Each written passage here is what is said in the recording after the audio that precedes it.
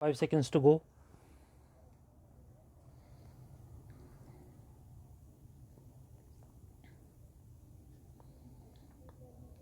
Start.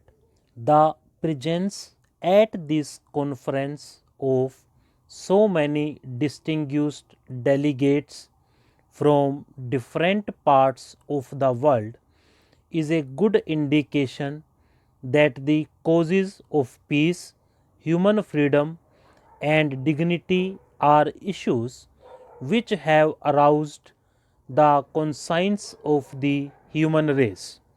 India has been a pioneer in the international campaign against illegal racist regimes in southern Africa.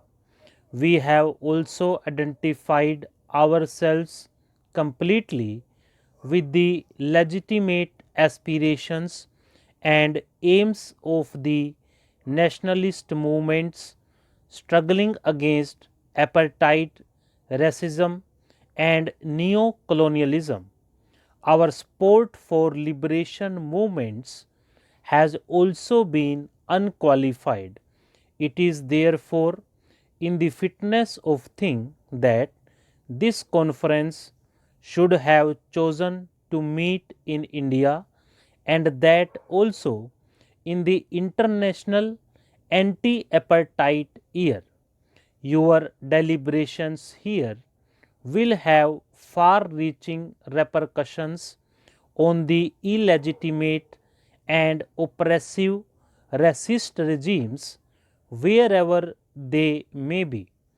What you say here will reverberate throughout the world and will help to encourage and stimulate the hopes and aspirations of those of our unfortunate brethren who long for peace and freedom based on the majority rule and the unfettered exercise of the right to self determination.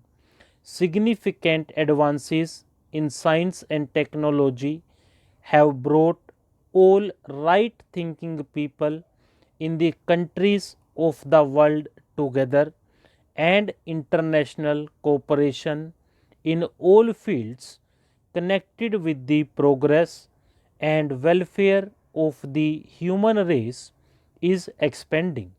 It is now impossible for any nation, however powerful it may imagine itself to be, to exist if it chooses to isolate itself from the mainstream of international community.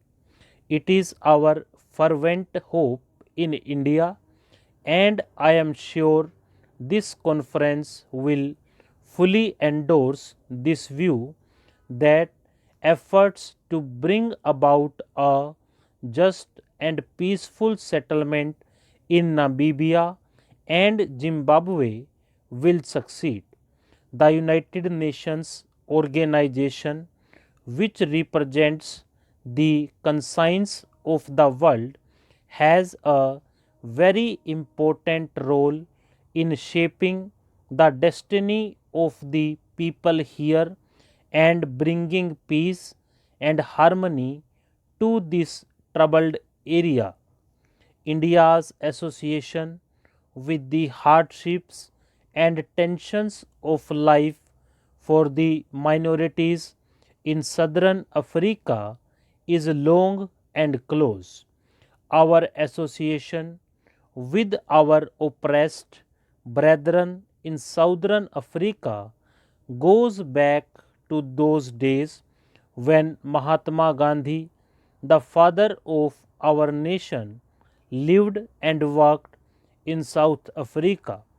The increasing awareness of the evils of apartheid and of inhuman distinctions between man and man on the ground only of race and color has further strengthened our resolve to do all that is possible within the framework of the United Nations. The great Mahatma, under whose inspiring leadership India threw off the shackles of the foreign domination, championed the principles of political freedom and human dignity for people everywhere in the world, and in particular raised his voice against racial discrimination in South Africa. The Mahatma's principles of non-violence and the brotherhood of man, irrespective of color, religion, caste, and creed, are an inspiring challenge to humanity.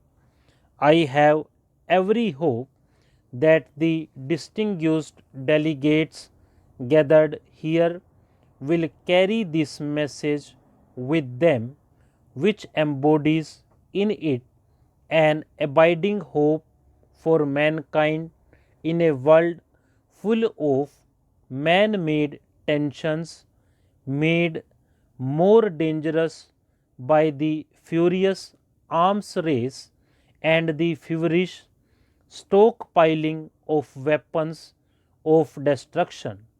The principles of non-violence and tolerance preached by the great Mahatma are a sure balm for the alleviation of anguish and suffering created by the pursuit of such disastrous policies. India has not only condemned apartheid as a crime against humanity but as a potential threat to world peace and international harmony. We in India welcome the prospect of early independence for both Namibia and Zimbabwe, and we have every hope that, given the opportunity for self determination, the people there will prosper and contribute to the international peace and harmony. The consequences of violence in a tension ridden area like this, already weary of injustice, intolerance, and bloodshed, could be disastrous. The minority regimes in these countries may yet discern the writing on the wall, and by wise statesmanship recognize the realities of the situation and ensure that the legitimate demands of Africans in Southern Africa are met not only in the letter but in the spirit as well. Unless this is done with mutual trust and sincerity of purpose, the minority regimes will ultimately be driven by the force of circumstances and the world opinion to see the folly of their own short sightedness. The people who were hitherto under colonial domination are now awake, and the resurgent nationalist forces are on the march towards progress and prosperity with a new and growing vitality. The various international forums where these newly developing countries have stated their case with earnestness have won the admiration of the world at large. There is a limit to human patience, and circumstances are such that unless considerable progress is made on the socio-economic front in these potentially explosive areas, the future of mankind will be bleak indeed. With the technological advances which have been made and which have brought the people of the world closer to each other, it is no longer possible for the world to exist on the basis of the haves and have not at present. Stop.